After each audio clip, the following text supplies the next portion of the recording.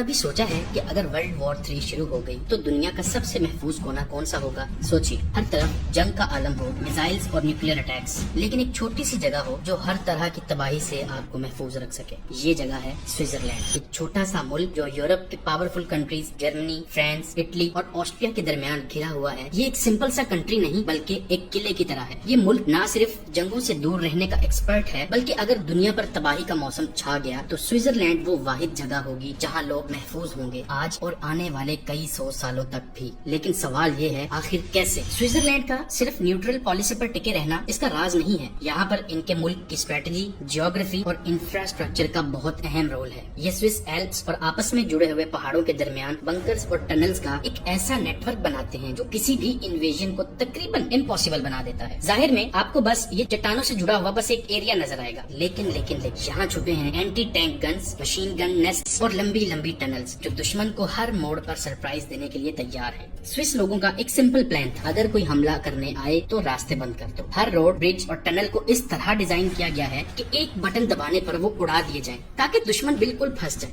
Switzerland نے اپنی پوری ٹیریٹری کو ایک بوبی ٹریپ میں بدل دیا ہے۔ ہر جگہ بنکرز، حتیٰ کہ لوکل ہاؤسز کے نیچے بھی سیکرٹ شیلٹرز ہیں۔ سوئس ملٹری کے پاس 26,000 بنکرز ہیں جو کسی بھی وقت ایکٹیویٹ ہو سکتے ہیں۔ یہ صرف ڈیفنس نہیں، سائیکولوجیکل وارفیئر بھی ہے۔ ہر انویڈنگ آرمی کو یہ ڈر ہوگا کہ کس موڑ پر کیا مل جائے۔ اگر کبھی نیوکلیئر وار ہوئی، سوئٹزرلینڈ کے پاس اتنے فال آؤٹ شیلٹرز ہیں کہ اپنی پوری پاپولیشن کو بچانے کے ساتھ ساتھ ریفیوجیز کو بھی وہ اکوموڈیٹ کر سکتے ہیں۔ 1978 کے بعد جو بھی بلڈنگ بنائی گئی اس کا حصہ ایک فال آؤٹ شیلٹر لازمی تھا۔ یہ صرف ریزیڈینشل بنکر نہیں ہے بلکہ کچھ پبلک شیلٹرز اتنے بڑے ہیں کہ 2000 لوگوں کو 4 مہینے تک زندہ رکھ سکتے ہیں۔ سوئس بنکرز کو اتنی مضبوطی سے ڈیزائن کیا گیا ہے کہ یہ 12 میگا ٹن کا نیوکلیئر بلاسٹ بھی 700 میٹر کے ڈسٹینس سے برداشت کر سکتے ہیں۔ سوئٹزرلینڈ اپنی آرمیز کو پلینز سے ہٹا کر ماؤنٹنز میں لے جاتا ہے اور سٹیز کو خالی چھوڑ دیتا ہے تاکہ دشمن وہاں سے کچھ حاصل ہی نہ کر سکے۔ ورلڈ وار 2 کے دوران بھی جب سوئٹزرلینڈ ہر طرف سے ایکسس فورسز سے گھرا ہوا تھا، انہوں نے صرف اپنی جیوگرافی اور اسٹریٹجک پلاننگ سے ہٹلر کو روک دیا۔ یہ اسٹریٹجی ہی تھی جس نے موسولینی اور ہٹلر کو یہ سگنل دیا کہ سوئٹزرلینڈ پر قبضہ کرنا مہنگا ہی نہیں بلکہ امپاسبل ہے۔ سوئٹزرلینڈ کی یہ ریزیلینس صرف ایک ملک کے لیے نہیں بلکہ ایک مائنڈ سیٹ کی مثال ہے، جنگ سے دور رہنا لیکن ہر وقت تیار رہنا۔ یہ اسٹریٹجی ہی سوئٹزرلینڈ کو ورلڈ وار 3 کے وقت دنیا کا سب سے محفوظ ملک بناتی ہے۔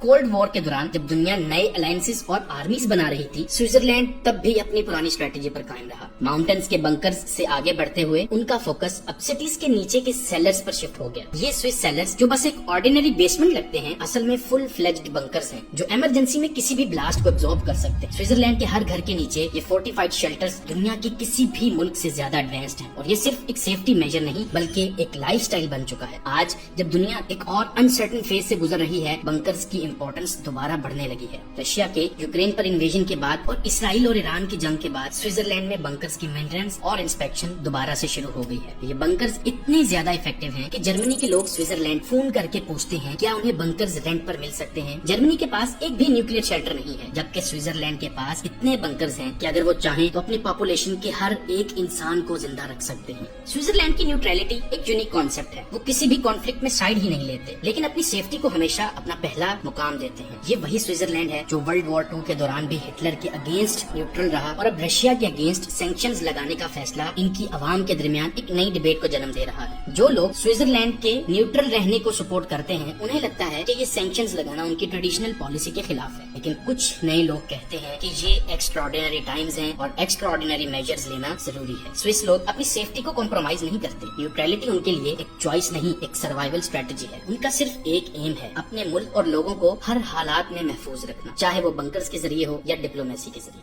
سوئٹزرلینڈ کے بنکرز کا ایک اور سرپرائزنگ ایسپیکٹ یہ ہے کہ ان کا استعمال صرف ملٹری پرپز تک محدود نہیں رہا۔ آج کل ان بنکرز کو کریٹیولی یوز کیا جا رہا ہے۔ کہیں پر لوگ مشرومز اگا رہے ہیں تو کہیں چیز فرمنٹ ہو رہی ہے۔ یہ بنکرز جو کبھی صرف جنگ کے لیے تیار کیے گئے تھے اب کچھ ہوٹلز اور میوزیمز میں تبدیل ہو چکے ہیں۔ بنکر ہوٹلز کا ایکسپیرینس اپنے آپ میں ایک ایڈونچر ہے۔ سوچیے، ڈرپنگ واٹر، اوریجنل لیڈرز اور پرانے سینچری کے اسٹرکچرز کے درمیان ایک رات گزارنا،